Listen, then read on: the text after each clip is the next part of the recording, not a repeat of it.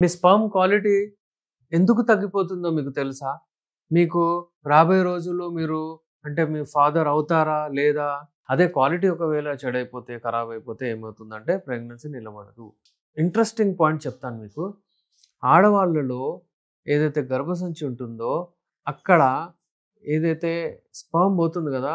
వాళ్ళు ఎంత యాక్టివ్ ఉంటదంటే అక్కడ ఒక్కొక్క స్పెర్మ్‌ని వాళ్ళు ఏది హెల్తీ ఉంది, ఇప్పుడు కన్సీవ్ అవ్వడానికి పర్మిషన్ ఇవ్వాల్నా లేదా అనే ఆ ఆసక్తి, ఆ పర్మిషన్ దేవుడు అక్కడ సృష్టించాడు.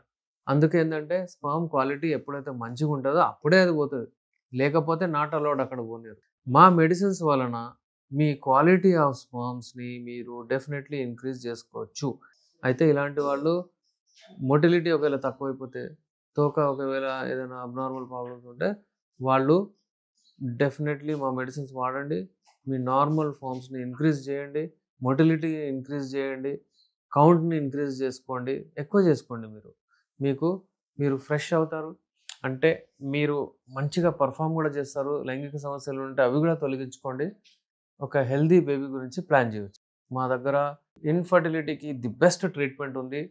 ఆ ట్రీట్మెంట్ ఎలా ఉంటుందంటే మీరు తీసుకున్న 3, 4 మంత్స్‌కే క్వాలిటీ పెరిగి మంచిగా అయిపోతాయి. స్క్రీన్ పైన మా నంబర్ ఉంది. కాల్ చేయండి. ఇన్‌ఫర్టిలిటీ ఉన్నవాళ్ళు మాతో కాంటాక్ట్ అవ్వచ్చు.